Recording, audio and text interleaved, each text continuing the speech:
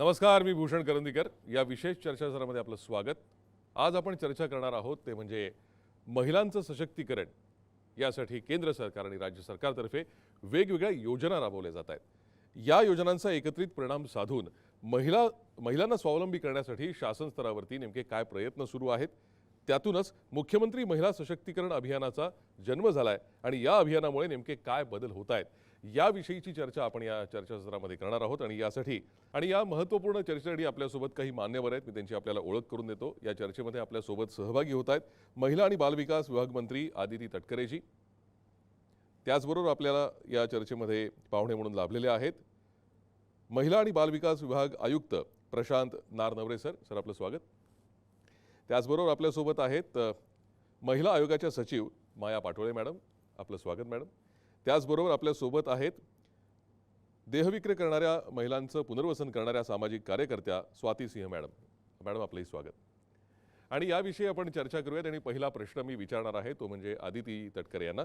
आदितीजी, आपण बघतोय की या अभियानाची मूळ कल्पना काय होती आणि आधी आबादी पुरा हक हा नारा यामध्ये कसा समाविष्ट करण्यात आला आणि त्याचबरोबर या अभियानाद्वारे महिलांचा शासन आणि प्रशासनातला सहभाग वाढवण्यासाठी नेमकी कोणती पावलं विभागाकडून उचलली जाणार आहेत? खरं तर प्रशासनामध्ये सुद्धा महिलांचा सहभाग वाढवण्याच्या दृष्टिकोनातून काम करत असताना त्यांना अनेक गोष्टींमध्ये वर्क स्पेसेसमध्ये किंवा शासकीय कार्यालयांमध्ये त्यांच्यासाठी हिरकणी कक्ष असतील किंवा महिला कर्मचाऱ्यांसाठी काही स्वतंत्र सुविधा असतील, ह्या निर्माण करण्याचा प्रयत्न हा शासनाने नेहमीच केलेला आहे. प्रशासकीय इमारतींमध्ये सुद्धा महिलांसाठी मूलभूत सुविधा असाव्यात ह्या दृष्टिकोनातून सरकार हे नेहमीच सकारात्मक पावलं उचलत आहेत. आज जर आपण बघितलं तर राज्यातल्या आपल्या या सरकारच्या ज्या मुख्य सचिव आहेत त्यासुद्धा एक महिला आहेत. त्याच्यामुळे आज ज्या वेळेला एक मुख्यमंत्री किंवा उपमुख्यमंत्री किंवा मंत्री म्हणून आम्ही ज्या वेळेला काम करत असतो त्यावेळेला कुठे ना कुठेतरी प्रशासकीय बाबीमधला जो मंत्रालयातला किंवा सचिवालयातला जो प्रमुख असतो ही एक आज महिला त्या पदावर विराजमान आहे.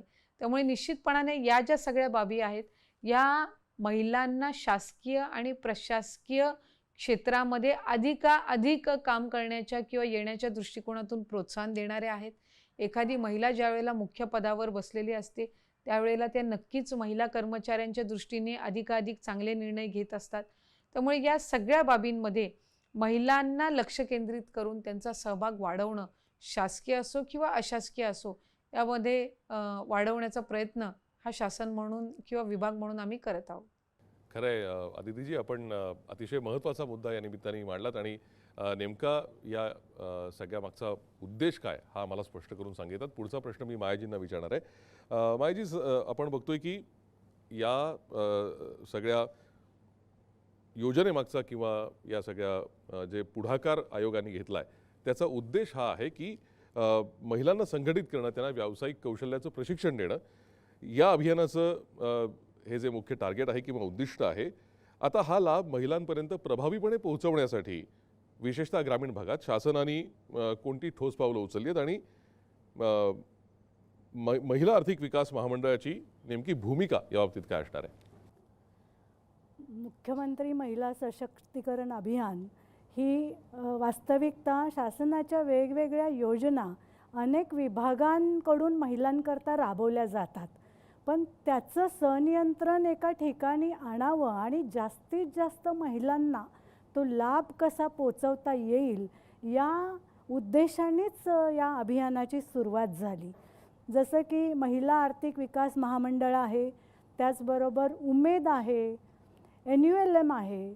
अशा वेगवेगळ्या विभागामार्फत महिलांच्या किंवा काही शेती विभागाकडून असतील, उद्योग विभागाकडून असतील, तर ह्या योजना राबवल्या जातात. त्या एकत्रित त्याचा आपण अभ्यास केला तर त्यासाठी जिल्हा स्तरावरती एक कमिटी जिल्हाधिकाऱ्यांच्या अध्यक्षतेखाली, त्यानंतर राज्यस्तरावरती मुख्यमंत्र्यांच्याच कार्यालयामध्ये एक कक्षाची स्थापना करण्यात आली आणि हा लाभ जास्तीत जास्त महिलांपर्यंत पोहोचवणं हा त्यामागचा हेतू आहे. आता आपण माविमच्या बाबतीत म्हणत असाल तर माविमच्या माध्यमातून, बचत गटांच्या माध्यमातून 20 लाख महिलांचं जाळं हे तयार करण्यात आलेलं आहे.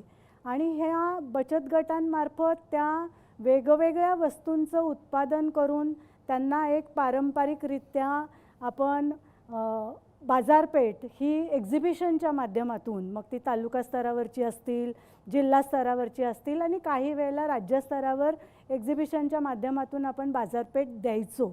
पण तितकंच पुरेसं आहे का? तर निश्चितच नाही. म्हणजे एक महिला किंवा बचत गट बनवत असलेलं प्रॉडक्ट हे फार दूरपर्यंत किंवा मोठ्या प्रमाणात ते करू शकत नाही. म्हणून आता आपण क्लस्टर डेव्हलपमेंटचा ॲप्रोच आणला आणि ग्रामीण भागामध्ये जे वेगवेगळे व्यवसाय महिलांकडून केले जातात तर त्याचे वेगळे क्लस्टर तयार करण्याचं काम हे माविमच्या माध्यमातून केलं जातं. जसं उदाहरण देईल की गारमेंटचं क्लस्टर यवतमाळसारख्या जिल्ह्यामध्ये 500 महिला चालवू शकतील असं एक गारमेंटचं युनिट तयार करण्यात आलं आणि त्याच्यामध्ये प्रशिक्षणाचा देखील समावेश केला. म्हणजे ह्या महिला ग्रामीण भागातल्या आहेत, त्या कुशल वर्कर नाहीत, त्यामुळे प्रशिक्षणाची सुद्धा नितांत गरज होती. त्याला प्रोजेक्टचा भाग केला आणि तशाच स्वरूपात आणखीन 2 गारमेंटचे युनिट यवतमाळ जिल्ह्यामध्ये, नागपूरमध्ये एक युनिट आम्ही नुकतंच सुरू केलं आणि त्यातून जवळपास 2000 महिला हे शिलाईचं काम करतील, उत्कृष्ट पद्धतीने करतील, ही सोय यातून झाली. आणि लगेचच हे युनिट तयार झाल्यानंतर शालेय शिक्षण विभागाकडून गणवेश शिलाईचं काम मिळालं आणि 500 महिलांनी 2 महिन्याच्या आत, मी यवतमाळचंच उदाहरण देऊ इच्छिते की 2,18,000चे गणवेश शिवले आणि प्रति महिलेमागे तिला 15,000 रुपयाचा रोजगार त्या माध्यमातून उपलब्ध झाला. मायाजी, अतिशय महत्त्वाची माहिती आपण दिलीत. मी याच अनुषंगाने आदितीजींना एक प्रश्न विचारणार आहे. आदितीजी, जसं आता आपण बघितलं की बचत गट, शक्ती गट या गटांना प्रोत्साहन देण्यासाठी मुख्य उद्देश या सगळ्या आपल्या प्रयोजनाबद्दल दिसतो. मात्र या गटांना शासनाच्या विविध योजनांचा लाभ कसा घेता येणार आहे, त्या दृष्टीने आपण काही प्रकाश टाकू शकाल का? बचत गटांचं सक्षमीकरण याला आम्ही अधिकाधिक लक्ष केंद्रित केलं होतं आणि त्यानुसार वेगवेगळे जे विभाग आहेत या अंतर्गत होणारे उपक्रम असतील, यामध्ये बचत गटांना अधिकाधिक कशी संधी देता येईल या गोष्टींकडे प्राधान्य देण्याच्या दृष्टिकोनातून हे अभियान कार्यरत आहे. मला मनापासूनचं समाधान आहे की या अभियानाला खूप चांगला प्रतिसाद मिळत आहे आणि मुख्यमंत्री महिला सशक्तीकरण अभियान या अभियानाअंतर्गत सर्वांगीण विकास महिलांचा करणं हेच उद्दिष्ट ठेवून जे हे अभियान सुरू झालंय ते निश्चितपणाने हे उद्दिष्ट लवकरात लवकर साध्य करेल. खरंय. धन्यवाद आदितीजी. आता आपण पुढे जाऊयात. स्वातीजी आपल्यासोबत आहेत. स्वातीजी, आपण पाहतो की तुम्ही देहविक्री करणाऱ्या महिलांच्या पुनर्वसनासाठी काम करताय. मुख्यमंत्री महिला सशक्तीकरण अभियानाच्या माध्यमातून अशा महिलांच्या पुनर्वसनासाठी आणि स्वावलंबनासाठी नेमकं काय बळ मिळेल आणि कसं प्रोत्साहन अशा महिलांना मिळेल? अर्थातच सुबोधजी, मला थोडंसं ह्या प्रश्नाच्या पार्श्वभूमीवर बोलण्याची इच्छा आहे आणि आज इथे मी जे काही माझं मत मांडणार आहे ते माझ्या ह्या गेल्या 10 ते 15 वर्षाच्या जर्नीमधला जो अनुभव आहे तो इथे मी सांगू इच्छिते की मुख्यमंत्रीच्या ज्या महिला सक्षमीकरण ही जी स्कीम आहे ती अर्थातच या महिलांसाठी उपयोगी पडणार आहे. कारण महिलांना फक्त आर्थिकच सक्षमीकरण हे महत्त्वाचं नसतं आणि जास्तीत जास्त या देहविक्री करणाऱ्या महिलांचं जर आपण बोललो तर तिला आर्थिक सक्षमीकरणाबरोबरच तिचे आरोग्य सक्षमीकरण, सामाजिक सक्षमीकरण आणि तिचं फ्युचर मीन्स तिचे मुलं, ह्या मुलांचंही सक्षमीकरणाकडे खूप एक धोरणाने विचार करण्याची आवश्यकता आहे असं मला वाटतंय आणि हे सत्य परिस्थिती आहे. कारण तिथे जाणारा कस्टमर म्हणून जाणारा व्यक्ती बदनाम होत नाही, तिथे बसलेली महिलाही बदनाम होते आणि ह्या सगळ्या परिस्थितीमध्ये ओढावून जाते. त्यामुळे त्या आर्थिक सक्षमीकरण, तिचं आरोग्य सक्षमीकरण आणि त्याचबरोबर अर्थातच सामाजिक सक्षमीकरण या सगळ्यांकडून ती एक निगेटिव्ह झोनमध्ये जाते. त्यातून ती पूर्णपणे स्वतःचा आत्मविश्वास ती गमावून बसते. सो मला असं वाटतंय की ह्या योजनांमार्फत नक्कीच ह्या महिलांना हे पाठबळ मिळणार, त्यांचा आत्मविश्वास, त्यांच्या ह्या तमाम सक्षमीकरणासाठी त्यांना हे एक पाठबळ नक्कीच मिळणार आहे. यासाठी मी काही उदाहरण आपल्यासमोर मांडू इच्छिते, कारण त्या उदाहरणामार्फतच ह्याला आधार मिळणार आहे.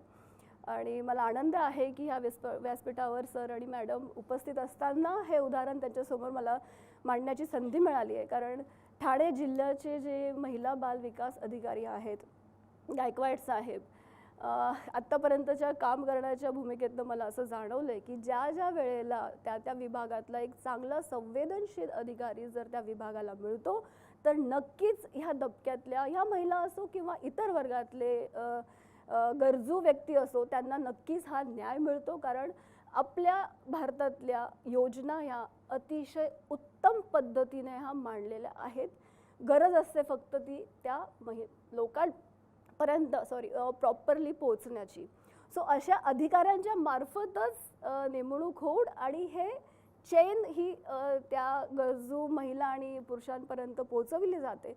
सो दॅट जेव्हा कोरोनाचा महाभयंकर काळ होता, आपल्या सर्वांना, सामाजिक लोकांना तो खूप व्यवस्थित जे काही सेविंग असणार, वॉटेवर असणार, आपल्याला यथार्थपणे सेवा या मिळत होत्या. परंतु सर्वात घाणेरडी हा शब्द मी वापरू इच्छिते, परिस्थिती असणार आहे तर ह्या वर्गाची.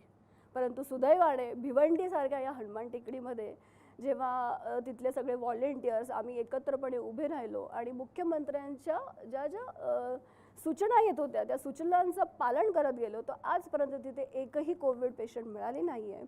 आणि अन्नधान्याच्या वाटपानुसार त्यांची जी डिमांड होती की मॅडम हमें बैठ के खाना नहीं खाना है, हमें काम चाहिए, हमारे इन हाथों को काम दीजिए.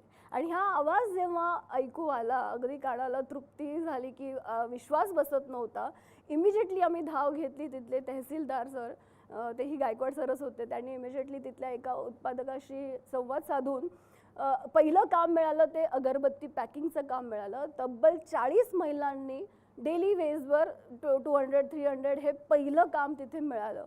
आणि त्यानंतर हा आमचाही आत्मविश्वास वाढला एवढी संख्या बघून की हे काम थांबलं नाही पाहिजे. आणि मग जेव्हा आम्ही जिल्हा लेवलवरती महिला बाल विकास विभागाशी जेव्हा संवाद साधला, तर थोडंसं ते आश्चर्यचकित होतं. दॅट इज नॅचरल की मला पहिला प्रश्न विचारला, मॅडम खरंच ह्या काम करू शकतील का?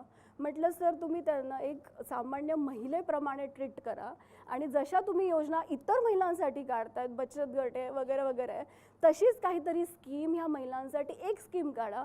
काय होणार, ठीक आहे, सरकारचा थोडासा पैसा इकडे तिकडे होणार, परंतु जर हे सक्सेस झालं सर, तर it will be like a role of model Bhiwandi, Hanuman Tekdi, आणि ह्याचा परिणाम महाराष्ट्र आणि तब्बल इतर राज्यामध्ये देखील होऊ शकतो. आणि आज मला खूप अभिमान आहे या गोष्टीचा की इतके संवेदनशील अधिकारी ज्यांनी इमिजिएटली माझ्या ह्या गोष्टी, माझ्या या मागणीला दाद देऊन कलेक्टर सरांच्या साह्याने, आयुक्त सरांच्या मॅडमच्या साह्याने तिथे एक नाही तर तब्बल 3 कंपन्या आज उभ्या केल्या आहेत, ज्या एक सेक्स वर्कर्ससाठी, यंग सेक्स वर्कर्ससाठी ह्या एस्टॅब्लिश केल्या आहेत. आपण मागे बघतोय पण आहे क्लिप, त्या महिलांचे आपल्याला तिथे दिसत आहेत. तर पहिली कंपनी आहे पेपर, डिस्पोजेबल पेपर, ज्या अगदी आरामाने एक सेक्स वर्कर्स महिला करू शकतात, कारण त्यांना स्किल लेबर नाही आहे. त्यामुळे आधी महानगरपालिका, भिवंडी महानगरपालिकेचंही आम्हाला यामध्ये खूप छान योगदान मिळालं आहे. स्किल ट्रेनिंग ह्या प्रथमतः भिवंडी शहरामध्ये रेड लाईट एरियामध्ये घेण्यात आल्या. सो ह्याचा हळूहळू खूप सुंदररित्या हा प्रवास चाललेला आहे. आज 1 नाही 2 नाही तब्बल 40 महिलांचं पुनर्वसन हे आपल्या सरकारच्या माध्यमातून सक्सेसफुली झालेलं आहे. आणि महिला आज वेटिंगवर आहेत, त्यांची इंटरव्ह्यूज होत आहेत, त्यांची जी डिमांड आहे. सो मी आज हा स्टेज गमवू इच्छिते नाही की मी इथे डिमांड करू इच्छिते की नक्कीच फक्त भिवंडी नाही तर इतरही रेड लाईट एरियामधल्या ह्या मागेच्या भगिनींना ज्यांना स्किल द्या, त्यांना त्यांच्या पायावरती इतर काही अल्टरनेटिव्ह जॉब उभं करून देणं हे सहज सरकारच्या माध्यमातून शक्य आहे. खरं तर नक्कीच हे आदर्श आणि प्रेरणा देणारं असं उदाहरण आहे. मी या संदर्भात प्रशांतजींकडे, प्रशांतजी जसं आता स्वाती मॅडमनी सांगितलं की एक अधिकारी जो असतो त्याच्या सहकार्यामुळे सामाजिक कार्यकर्ते आणि ज्यांना यामध्ये काहीतरी करून दाखवण्याची इच्छा आहे, अशांच्या सहकार्याने एक उत्तम आदर्शवत उदाहरण आपण घालून देऊ शकतो. यशस्विनीसारखं एक प्लॅटफॉर्म आहे जिथून आपण कार्य करतोय, तर त्याबद्दलही आम्हाला थोडंसं सांगाल. मुख्यमंत्री महिला सशक्तीकरण अभियान याच्या अंतर्गत जसं पाटोळे मॅडमनी सांगितलं, आम्ही विविध ठिकाणी क्लस्टर्सचा आता अप्रोच घेतलेला आहे की महिलांना केवळ इंडिव्हिज्युअल न ठेवता त्यांचे क्लस्टर्स तयार करून, फेडरेशन्स तयार करून त्यांना एक सामूहिक बळ द्यायचं, त्यांना बँकिंग लिंकेजेस एस्टॅब्लिश करून द्यायचे आणि end to end right from production, packaging, branding आणि मार्केटिंग इथपर्यंत संपूर्ण लिंकिंग प्रोव्हाइड करून द्यायचं. आणि म्हणूनच CSRमध्ये आपण एक यशस्विनी प्लॅटफॉर्म तयार करून दिला आणि तो यशस्विनी प्लॅटफॉर्म तयार केल्यानंतर यशस्विनीचं एक फेडरेशनसुद्धा आपण केलं आहे, ज्याच्यामध्ये स्टेट लेवलचे आणि डिस्ट्रिक्ट लेवलच्या बॉडीज तयार केल्या. आणि हा प्लॅटफॉर्म ह्या सगळ्या आमच्या महिला फेडरेशनच्या महिला चालवणार आहेत. आणि महाराष्ट्रामध्ये कुठेही जेवढ्या महिला आहेत त्यांना जर आपला प्रोडक्ट अपलोड करायचा असेल तर निशुल्क पद्धतीने ते आपल्या प्रोडक्ट अपलोड करू शकतात. CMRCs ज्या असणार आहेत, माविमच्या असणार, उमेदच्या असणार, या CMRCs ज्या आहेत त्यांचं कम्युनिटी बिझनेस सेंटर म्हणजे एक असं सेंटर ज्याच्यामध्ये प्रत्येक तालुक्यामधल्या जेवढ्या काही महिला असतील महिला बचत गटांच्या, त्यांना त्या सपोर्ट करतील प्रोसेसिंग, ब्रँडिंग, मार्केटिंगसाठी. आणि ऑनलाईन मार्केटिंगचा हा प्लॅटफॉर्म आपण आता महिलांना उपलब्ध करून दिलेला आहे, जेणेकरून आतापर्यंत असं होतं की कुठेतरी आपण बाजारहाट लावायचा, आपले प्रोडक्ट्स विकण्यासाठी महिलांना जावं लागायचं, परंतु आता तसं करण्याची गरज नाही. आता क्वालिटी प्रोडक्ट महिला बचत गट जे तयार करतील त्यांना एक ऑनलाईन बाजारपेठ उपलब्ध करून देण्याचं एक काम आहे पहिलं आपण त्याच्यामध्ये केलं. दुसरं, आता जसं मॅडमनी सांगितलं त्याप्रमाणे आपण मुख्यमंत्री महिला सशक्तीकरण अभियान आणि मुख्यमंत्री लाडकी बहीण योजना याचं कॉन्व्हर्जन्स केलं. 1,500 रुपये प्रति महिना आमच्या भगिनींना आज सन्मान राशी म्हणून आपण देतो. त्या सन्मान राशीचा उचित उपयोग करणे आणि त्याचा उपयोग 1,500 पासून 1.5 लाखामध्ये परिवर्तित करणे हा आमचा उद्देश आहे. माननीय प्राईम मिनिस्टर साहेबांनी आपल्याला टार्गेट दिलं आहे की आपल्याला लखपती बहीण करायची आहे. म्हणून आमचा असा आता नारा आहे की लाडकी बहीण लखपती बहीण. मग आता जर लाडक्या बहिणीला लखपती बहीण करायचं असेल तर त्याच्यासाठी ऑर्गनायझेशनल स्ट्रक्चर आपल्याला तयार करावं लागणार आहे. आणि म्हणून प्रत्येक जिल्ह्यामध्ये आता अवेअरनेस आणि स्ट्रेंथनिंगचे कॅम्प्स आपण सुरू केलेले आहेत. 36 जिल्ह्यामध्ये आम्ही पालकमंत्री महोदयांना रिक्वेस्ट केली आहे, कलेक्टर्सना रिक्वेस्ट केली आहे की 5-5 हजार महिलांचे, माविमचे, आणखीन उमेदचे कॅम्प्स घ्यावे, महिला बचत गटांचे, त्यांना तिथं बोलवावं, अवेअरनेस करावं आणि end to end linkages including banking facilities हे त्यांना द्यावं, जेणेकरून त्यांचे प्रोडक्ट्स आपल्याला मार्केट करता येतील. त्याच्या पुढे जाऊन मला आपल्याला एक सक्सेस स्टोरी सांगावीशी वाटेल. नागपूरमध्ये पहिला हप्ता जेव्हा मिळाला 2 महिन्याचं 3,000 रुपये मुख्यमंत्री लाडकी बहीणमध्ये 3,000 महिला एकत्र आल्यात. त्यांनी त्या 2,000 रुपयापैकी 1,000 रुपये वेगळे काढलेत आणि आमच्या डिपार्टमेंटने मार्गदर्शन केलं त्यांना, वुमन एम्पॉवरमेंट हबनी, आणि त्या 3,000 महिलांनी 1,000 रुपये वेगळे करून आपली स्वतःची पतपेढी काढली.